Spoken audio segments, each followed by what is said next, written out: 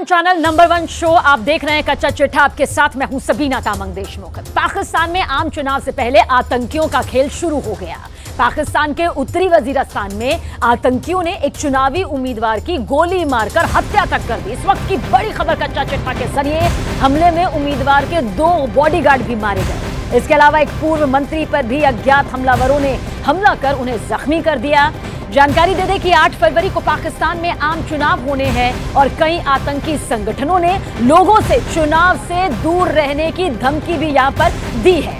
आतंकवादी संगठनों ने साफ साफ लफ्जों में सियासी पार्टियों और आम लोगों को धमकी भरे पैगाम भेजे हैं। धमकी इस बात की कि वो चुनाव में बिल्कुल भी हिस्सा ना लें, वरना इसके नतीजे बेहद गंभीर उन्हें भुगतने पड़ सकते हैं।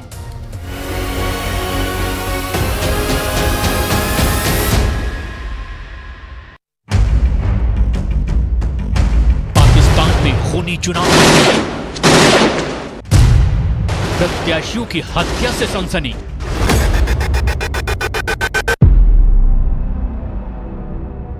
पाकिस्तान में 8 फरवरी को आम चुनाव होने हैं, लेकिन चुनाव पर आतंकी साया मंडरा रहा है। वोटिंग से पहले प्रत्याशियों पर जानलेवा हमले हो रहे हैं, उम्मीदवारों का खून हो रहा है, टारगेट किलिंग चरम पर है।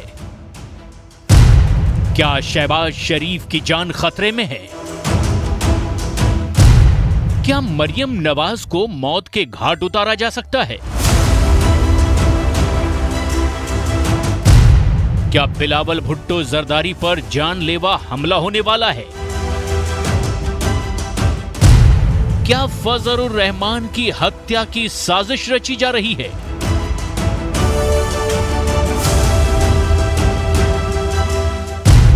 या फिर चुनाव से पहले जेल में ही मौत के घाट उतारे जा सकते हैं इमरान खान नियाजी?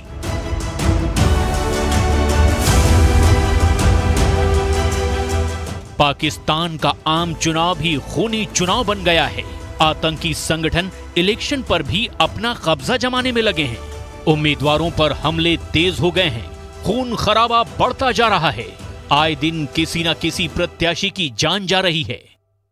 पाकिस्तान के आतंकवादी संगठनों ने धमकी दी थी कि यदि राजनेता और आम जनता चुनाव में भाग लेंगे तो उसे इसके गंभीर परिणाम भुगतने होंगे। उनके लिए अच्छा यही होगा कि चुनावी रैलियों और सभाओं से अपनी दूरी बनाकर रखें। अपनी बात को न मानता देखकर आतंकवादी संगठनों ने अपनी कार्रवाई शुरू कर दी।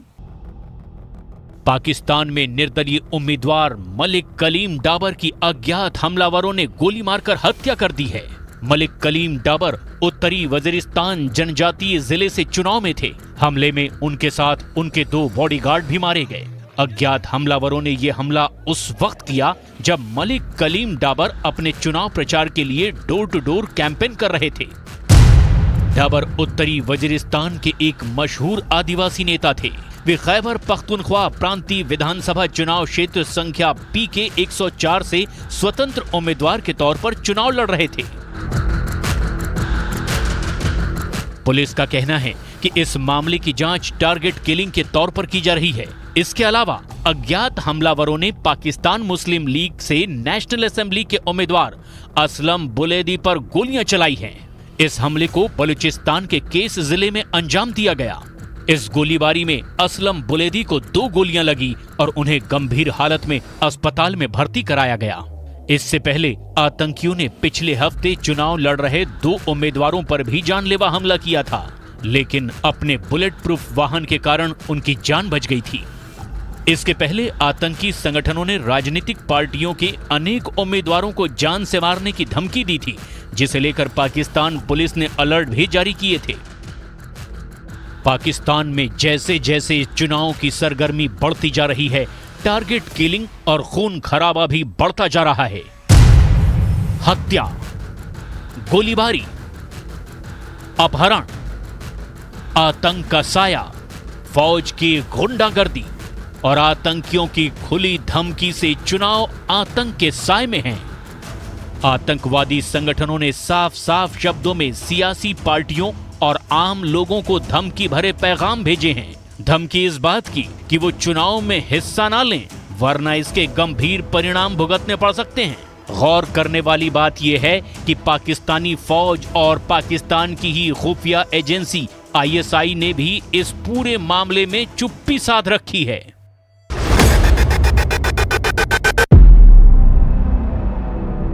पाकिस्तानी आर्मी और ISI की चुप्पी कई गंभीर और बड़े सवाल यहां पर खड़े कर रही है। क्या वो सवाल है, तफसील से आपको बताते हैं। दरअसल सवाल यह है कि क्या इस खून खराबे के पीछे इमरान खान को जीत को रोकना है। अब किस तरह से इस जीत को रोकने के लिए विरोध में इमरान खान की ये पूरी तस्वीर नजर आती है, वो आपको बताते हैं। देखिए, पाकिस्तान की फौज जो कि पूरी तरह से इमरान खान के खिलाफ यहां पर नजर आती है। कभी ताल्लुकात हुआ करते थे, लेकिन आज बिल्कुल स्थिति उलट है। इसके अलावा ISI ये भी इमरान खान को रोकने में अपनी भूमिका यहां पर निभा रही है या निभा सकती है, क्योंकि इमरान की पार्टी चुनाव में बड़ी जीत यहां पर हासिल कर सकती है। ऐसे में ये सभी जो है मिलजुल कर कहा जा रहा है कि बड़ी बड़ी मुसीबत यहां पर खड़े कर सकते हैं। मौलाना फजलुर रहमान, शरीफ खानदान, भुट्टो कुनबा, आतंकी संगठन, पाकिस्तान की फौज, ISI, ये वो फैक्ट्स हैं जो ये बताते हैं कि इमरान खान को किस तरह से आगे आने के लिए रोका जा सकता है।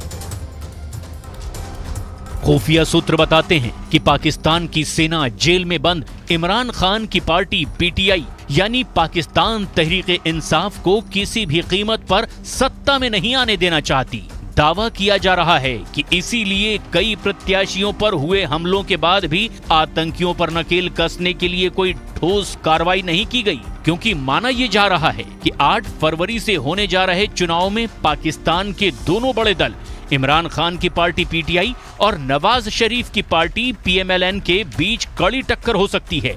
लेकिन खुफिया सूत्रों का दावा है कि अगर इमरान खान की पार्टी भारी पड़ती दिखाई देती है तो पाकिस्तान की सेना आतंक का साया दिखाकर चुनाव पर रोक लगवा सकती है।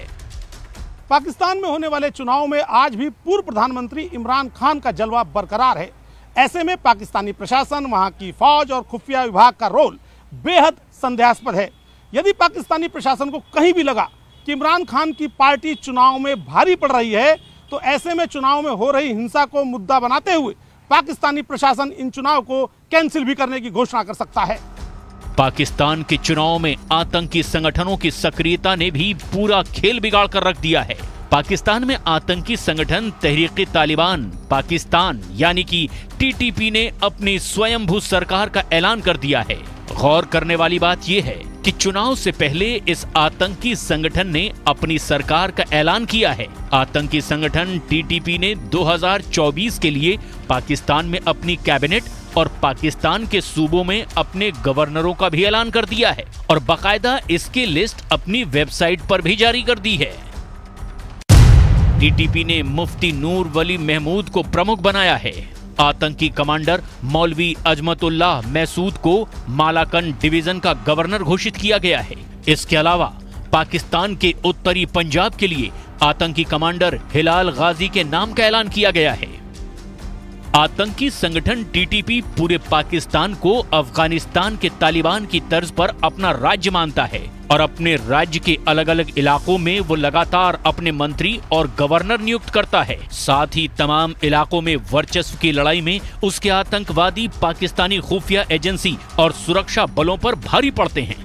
पाकिस्तान में होने वाले चुनाव में अभी हिंसा के आंकड़े और बढ़ सकते हैं, क्योंकि इन चुनाव में इमरान खान की पार्टी को हराया जाना लगभग खुल्लम खुल्ला तय हो चुका है और अपने मुकाम को पाने के लिए पाकिस्तानी प्रशासन और वहां की फौज किसी भी हद तक जा सकती है। इस बार के चुनाव में आतंकी संगठन खुलकर दहशतगर्दी मचा रहे हैं। पाकिस्तान के चुनावी प्रत्याशियों पर ही हमले कर रहे हैं। अलग अलग पार्टियों के प्रत्याशियों पर जानलेवा हमले बोले जा रहे हैं। आतंकी नेशनल डेमोक्रेटिक मूवमेंट नाम की पार्टी के नेता मोहसिन दावर के काफिले पर गोलियों की बौछार करके पूरे पाकिस्तान में सनसनी मचा चुके हैं।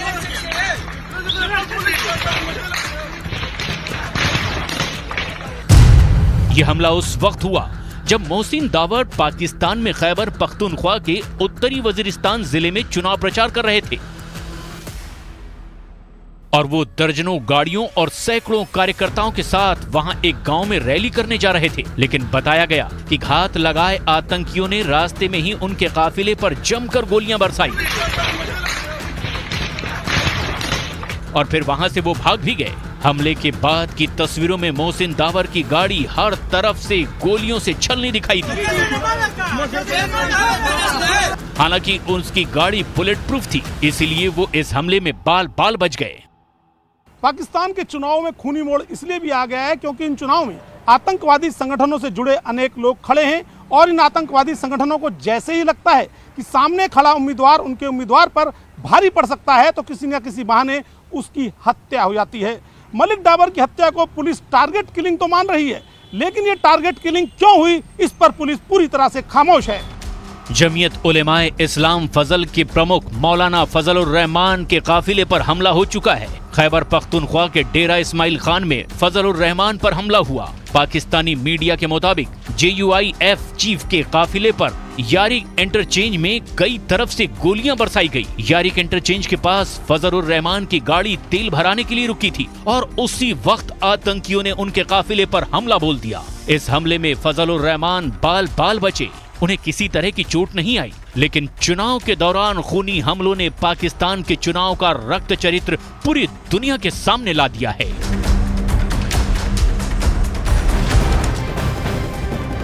कच्चा चिट्ठा में इस वक्त की सबसे बड़ी खबर चीन से, जहां मालदीव के राष्ट्रपति ने चीन के साथ 20 समझौतों पर हस्ताक्षर किए हैं। जी हां, 20 समझौतों पर ये हस्ताक्षर हुए हैं। लेकिन भारत के लिए खबर यह है कि चीन ने कहा कि वो मालदीव के आंतरिक मामले में विदेशी हस्तक्षेप बर्दाश्त नहीं करेगा। और इसके पहले लंदन में रक्षा मंत्री राजनाथ सिंह ने कहा कि गलवान झड़प के बाद चीन का नजरिया बदला है और अब भारत कमजोर देश नहीं, कोई भी हमें आंख दिखाकर नहीं जा सकता, क्योंकि अब भारत एक ताकतवर देश है। रक्षा मंत्री राजनाथ सिंह ग्लोबल टाइम्स में छपे उस लेख का हवाला दे रहे थे जिसमें भारत की बढ़ती ताकत की चीन में हो रही तारीफ की चर्चा की जा रही है। चीन भारत के साथ दोहरी नीति पर काम करता है। उदाहरण एक नहीं, हजारों हैं।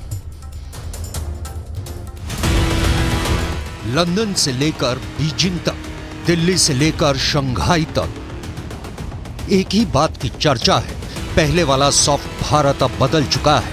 ये वो भारत है जो घेर कर मारता है, घुस कर मारता है।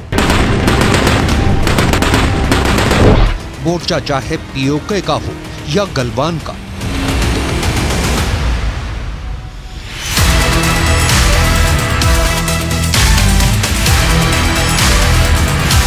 पूरे चीन में इस बात पर चर्चा हो रही है कि भारत के प्रधानमंत्री नरेंद्र मोदी ने भारत की इमेज बदल दी है।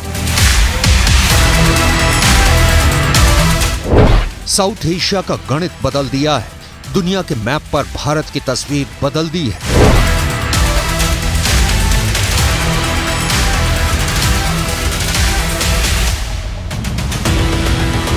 ठोस फैसले लेने वाला, ईंट की जगह पत्थर से जवाब देने वाला।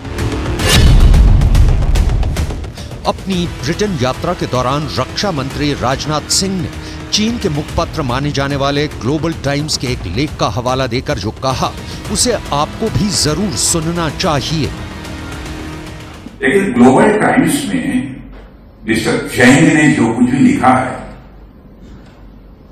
यदि उसकी धारणा बनी है तो मैं सोचा था क्यों धारणा बनी। मुझे लगा कि शायद 2020 में जो भारत और चीन के बीच फेस आउट हुआ था, उसमें हमारे सेना के जवानों ने जो करिश्मा दिखाया है, जो बहादुरी दिखाई है, शायद उसके कारण चाइना की धारणा भारत के बारे में बदल गई है कि भारत अब कमजोर भारत नहीं रहा, भारत अब दुनिया का ताकतवर देश बन गया है। भारत माता की जय, भारत माता की जय, भारत माता की जय। लंदन में इंडिया हाउस में कार्यक्रम के दौरान रक्षा मंत्री राजनाथ सिंह ने जो कहा, उसे समझने के लिए उस लेख को देखना जरूरी है। यह लेख भारत पर चीन के नजरिए में बदलाव को बताता है। भारत नैरेटिव शीर्षक वाला ये लेख फूडन यूनिवर्सिटी में centre for south Asian studies के डायरेक्टर झांग जियाडोंग ने लिखा है। झांग ने अपने लेख को भारत की हाल में ही की गई 2 यात्राओं के आधार पर लिखा है। इस लेख में उन्होंने पिछले 4 सालों में भारत की घरेलू और विदेशी स्थिति में हो रहे बड़े बदलावों का उल्लेख किया है। भारत 1 दशक से भी कम समय में मल्टी बैलेंसिंग से मल्टी अलाइनमेंट की तरफ शिफ्ट हो गया है। ये बहुध्रुवीय दुनिया में एक ध्रुव बनाने की रणनीति की ओर तेजी से बदल रहा है। भारत ने हमेशा खुद को एक विश्व शक्ति माना है। अंतर्राष्ट्रीय संबंधों के इतिहास में ऐसे बदलावों की गति कम ही देखी जाती है। कूटनीतिक मोर्चे पर प्रधानमंत्री नरेंद्र मोदी के शासनकाल में भारत की सॉफ्ट छवि बहुत तेजी से एक सख्त देश के रूप में बदली है। झांग ने लिखा है कि भारत अब रणनीतिक रूप से ज्यादा आश्वस्त हो गया है और भारत नैरेटिव बनाने में ज्यादा सक्रिय हो गया है। डिप्लोमेसी में भारत तेजी से रणनीतिक ताकत बन रहा है। जब से पीएम मोदी ने सत्ता संभाली है, उन्होंने अमेरिका, जापान, रूस और दूसरे देशों के साथ भारत के संबंधों को बढ़ावा देने के लिए कई देशों को साथ लेकर चलने की रणनीति की वकालत की है।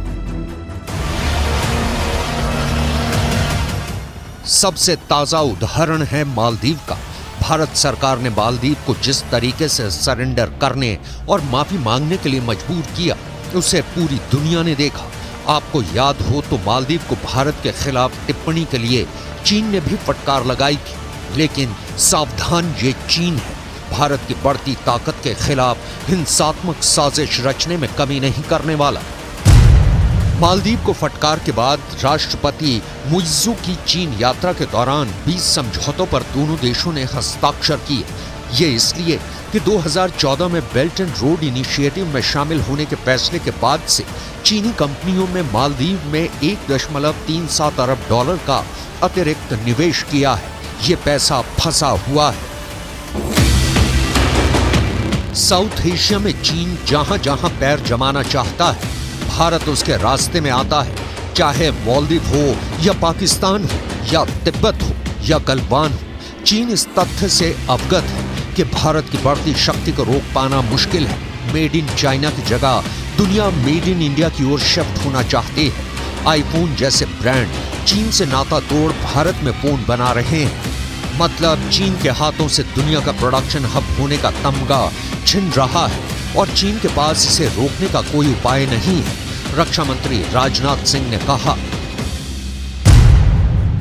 हम किसी को भी अपने दुश्मन के रूप में नहीं देखते हैं, लेकिन दुनिया जानती है कि भारत और चीन के बीच संबंध इस समय तनावपूर्ण है। हालांकि हम अपने सभी पड़ोसियों और दुनिया भर के देशों के साथ अच्छे संबंध बनाना चाहते हैं।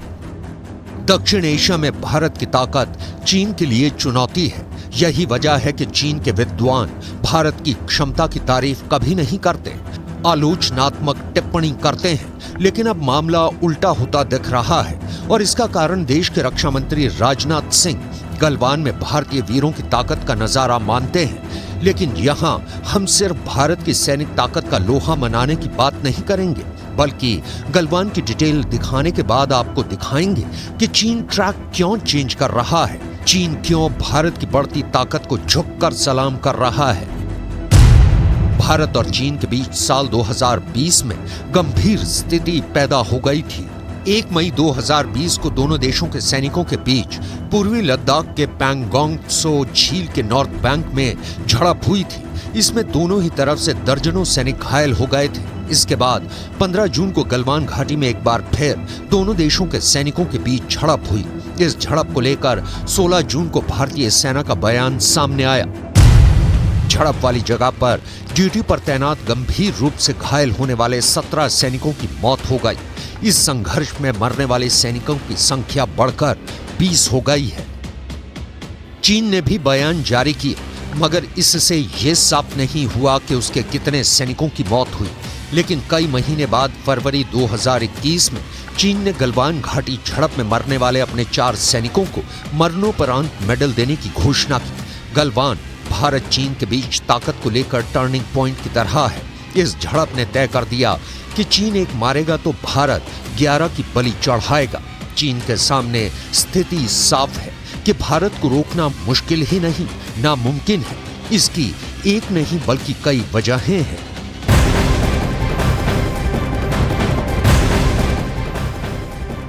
गाजा युद्ध से बहुत बड़ी खबर। फिलिस्तीनी प्रशासन ने दावा किया कि इजरायली सेना ने पूरे गाजा में पिछले 24 घंटे में 10 बड़े खूनी हमले किए। फिलिस्तीनी प्रशासन ने दावा किया कि इजरायल के 10 हमलों में 112 से ज्यादा फिलिस्तीनी मारे गए, जबकि 194 फिलिस्तीनी जख्मी भी हुए हैं। और देखिए, इस बीच हमास ने दावा कर दिया कि वो इजरायली सेना से 1 साल तक जंग करेगा, जबकि पीएम नेतन्याहू ने साफ कह दिया कि इजरायल गाजा पर स्थायी कब्जा नहीं करेगा, लेकिन स्थायी रूप से, स्थायी तौर से पूरे गाजा से हमास का सफाया जरूर कर देगा।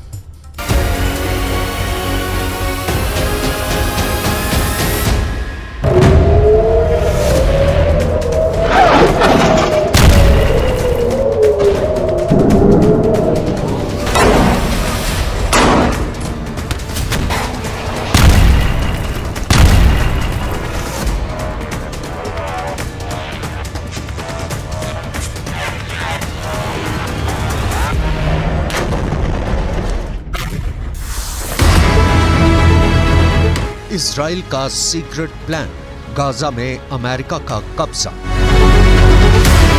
3 महीने से ज्यादा की जंग में भले ही उत्तरी गाजा में हमास का सफाया इजरायली सेना ने कर दिया हो, लेकिन दक्षिणी गाजा, मध्य गाजा में हमास के लड़ाके इजरायली सेना पर जमकर हमले कर रहे हैं। हम आपको हमास के उन हमलों के बारे में डिटेल से बताएंगे जिन्होंने इजरायली सेना को भारी नुकसान पहुंचाया है। लेकिन अभी इतना जान लीजिए कि पिछले 36 घंटे के अंदर इजरायली सेना ने 20 से ज्यादा हमास के लड़ाके और 147 से ज्यादा फिलिस्तीनियों को हवाई हमले में मार डाला है। इन हमलों के बीच ये भी दावा किया जा रहा है कि इजराइल गाजा में अमेरिका का कब्जा करना चाहता है। 2H हमास की ताकत, 365 दिन तक युद्ध को तैयार। हमास किस दम पर दावा कर रहा है कि वो इजरायली सेना से अगले 1 साल तक जंग के लिए तैयार है। इसको लेकर वॉर एक्सपर्ट्स का साफ कहना है कि हमास को हूथी, हिजबुल्लाह और ईरान ने जबरदस्त सैन्य ताकत और राजनीतिक सहयोग दे रखा है। यहां तक कि मुस्लिम मुल्कों पर यह दबाव डाला जा रहा है कि इजराइल के क्रूर हमलों के खिलाफ सभी इस्लामिक मुल्क हमास का साथ दें।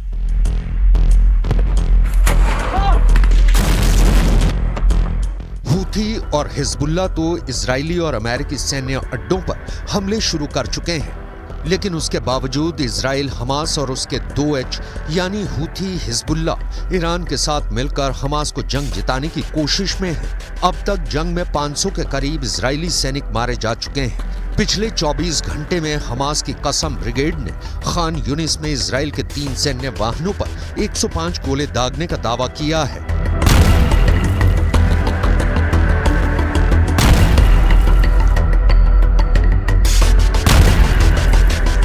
הגדלנו את כמות הלוחמים הנלחמים במזרח חאן יונס, ואנחנו פועלים שם בנחישות עם 5 חטיבות חי"ר וכוחות הנדסה רחבים, בדגש ללחימה התת-קרקעית.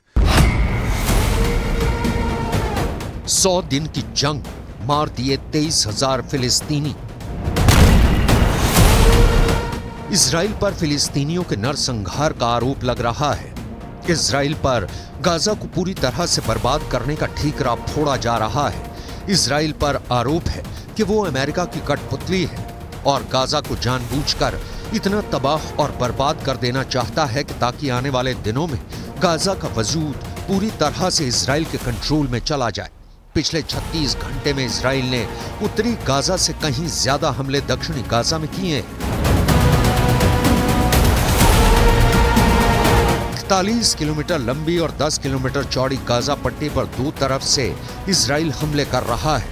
एक है वेस्ट बैंक, दूसरा है दक्षिणी गाजा। दक्षिणी गाजा में खान यूनिस शहर पर इजरायली सेना ने सबसे भीषण हमले किए हैं। यहां तक खान यूनिस की 4 लाख आबादी इस वक्त IDF के हवाई हमलों के सामने बेबस हो गई है।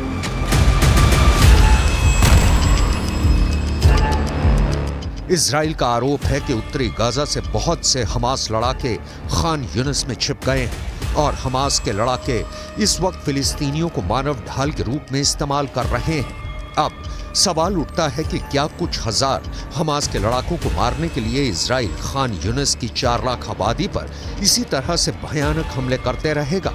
क्या खान यूनिस में इसी तरह से तबाही और बर्बादी की खबरें हर दिन आती रहेंगी? जहां देखिए फिलिस्तीनी प्रशासन और यूएन ने जो आंकड़े जारी किए हैं वो तबाह गाजा की हकीकत बयां करने के लिए काफी हैं।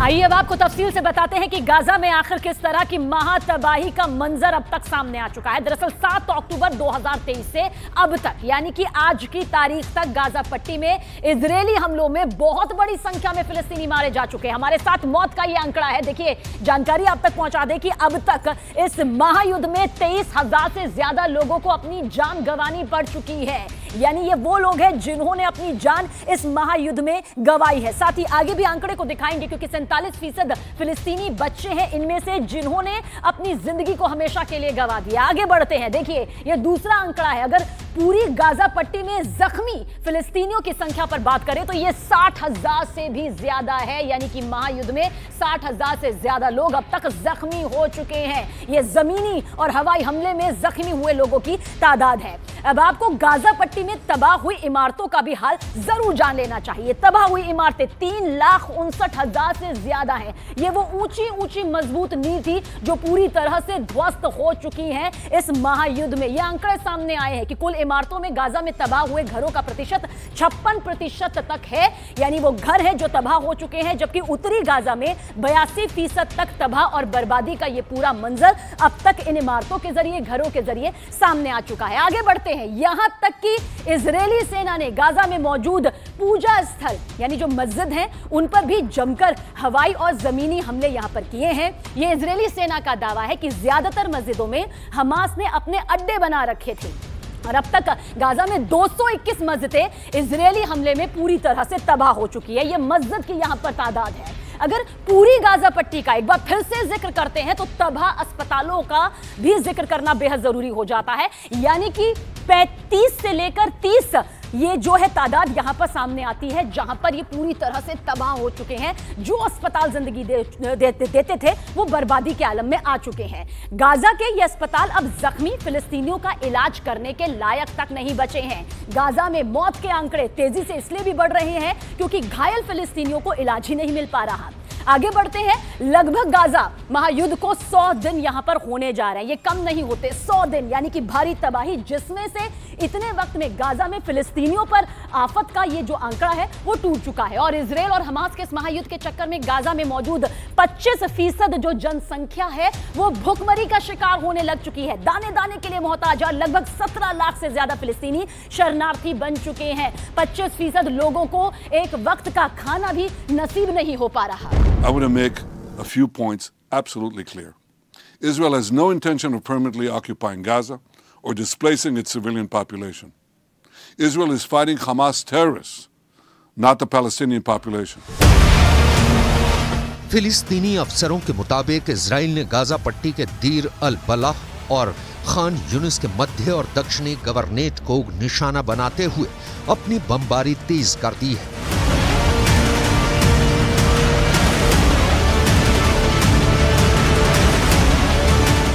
इन हमलों में 90 से ज्यादा फिलिस्तीनी मारे जा चुके हैं। वहीं दूसरी तरफ 9 जनवरी को जैसे ही अमेरिकी विदेश मंत्री एंटनी ब्लिंकन इजराइल की राजधानी तेल अवीव पहुंचे, उसके बाद से मिडिल ईस्ट में खलबली मच गई। एंटनी ब्लिंकन इजराइल के पीएम और रक्षा मंत्री से काफी देर तक गाजा पट्टी में आगे क्या होगा इस पर चर्चा करते रहे। जो खबरें छनकर बाहर आई हैं उसके हिसाब से अमेरिका ने इजराइल के घातक हमलों को क्लीन चिट देते हुए साफ कह दिया है कि इजराइल पर फिलिस्तीनियों के नरसंहार के आरोप लगाना पूरी तरह से गलत है। विदेश मंत्री ब्लिंकन फिलिस्तीन के राष्ट्रपति महमूद अब्बास से मिले। उसके बाद ब्लिंकन तुर्की, जॉर्डन, कतर, सऊदी अरब के दौरे पर निकल गए। जानकारों का दावा है कि अब अमेरिका मिडल ईस्ट से लेकर पश्चिम एशिया में ये तैयारी कर रहा है कि गाजा में अब गैर हमास लोगों की सरकार बनेगी जिस पर इजराइल और अमेरिका का कंट्रोल रहेगा।